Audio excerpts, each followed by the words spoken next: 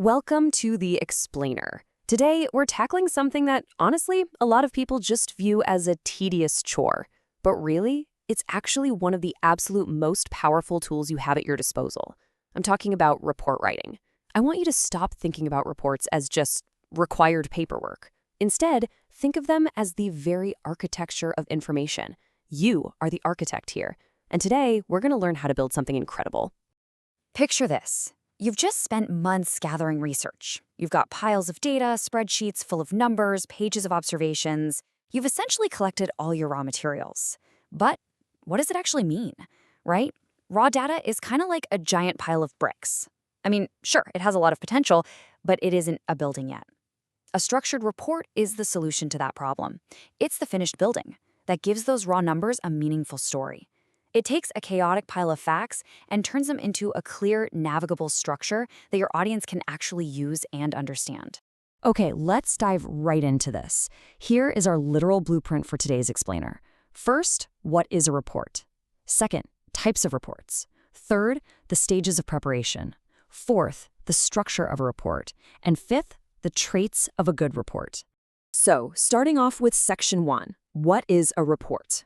Look, a report is so much more than just a formal document. It's an account that summarizes the absolute most important details of your research. Let's say you've conducted a big study on customer satisfaction for a retail brand. You've got the stats, you've got the charts, but those numbers alone don't tell the full story to a business manager, do they? A report takes all that raw data, organizes it, explains exactly what it means for the business, and makes actionable recommendations. It literally turns raw data into insights that guide decisions and improve outcomes. And why is this so crucial? Well, reporting is basically the bedrock of how we share information. First, it ensures the communication of findings to stakeholders and the wider community.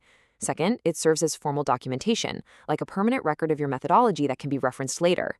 Third, it guarantees a contribution to knowledge, adding your specific insights to the field.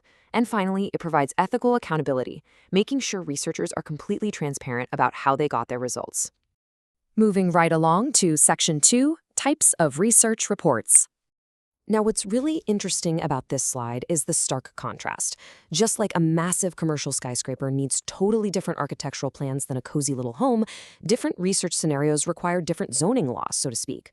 On the left, you've got the technical report. This is your dense, highly detailed document. It's heavily focused on methodology, objective evaluation, and, yeah, a lot of technical jargon. It's written for experts.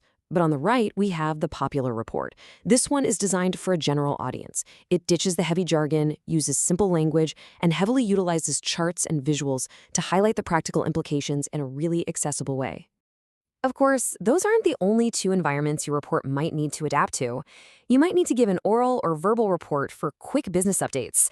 You've got research articles for academic journals, monographs for deep dives into a single subject, project reports detailing specific business initiatives, and dissertations, which are those massive reports required for higher academic degrees.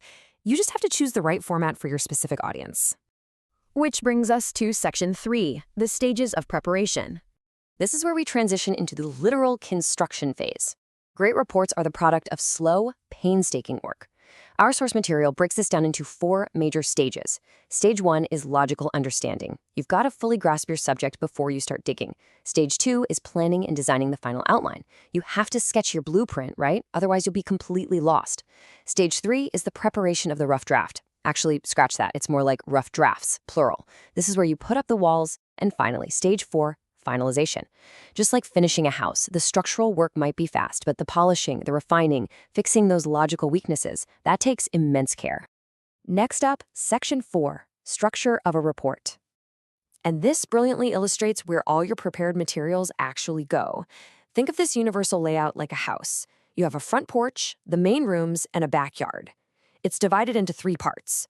The prefatory items, which introduce the document, the body, which is your core text, and the terminal items, which provide the supporting reference materials at the very end.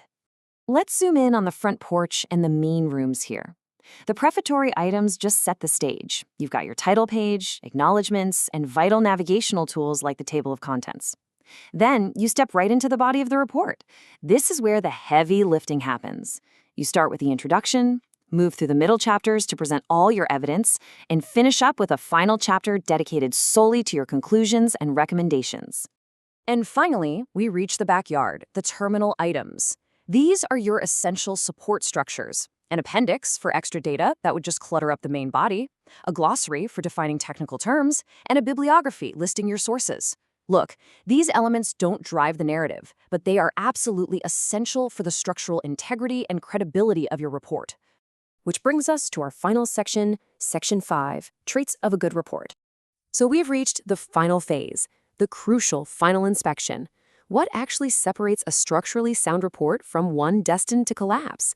Well, a well-written report is crystal clear and precise. It uses familiar language, keeps an objective tone, and moves with a seamless, logical flow. On the flip side, a poorly written report?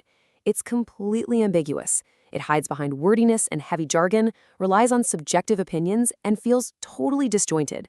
You definitely want to avoid those pitfalls. So before you hit publish or stand up to present, run your work through this final inspection checklist. Is it perfectly clear and precise? Is it the appropriate length? Does it have logical organization and coherence? Is every single claim accurate and completely objective? And finally, does it have well-defined conclusions? Remember, a truly great report doesn't just repeat raw data in text form, it interprets that data to draw meaningful conclusions. So the crucial point is summed up perfectly by this insight. Better communication of research results is partly a matter of language, but mostly a matter of planning and organizing the report. You can have the most advanced vocabulary in the world, but if you haven't planned your outline and organized your data logically, your communication will fall flat. Organization is the real secret sauce to effective reporting. So, what does this all mean? We've covered the definition, the types, the preparation stages, the structure, and the traits of a great report.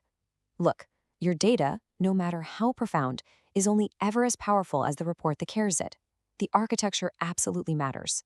So I'll leave you with this question. Are you going to just throw a pile of bricks at your audience and let your next report gather dust on a shelf?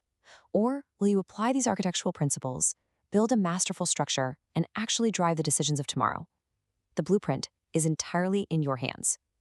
Thanks for joining me for this explainer, and happy building.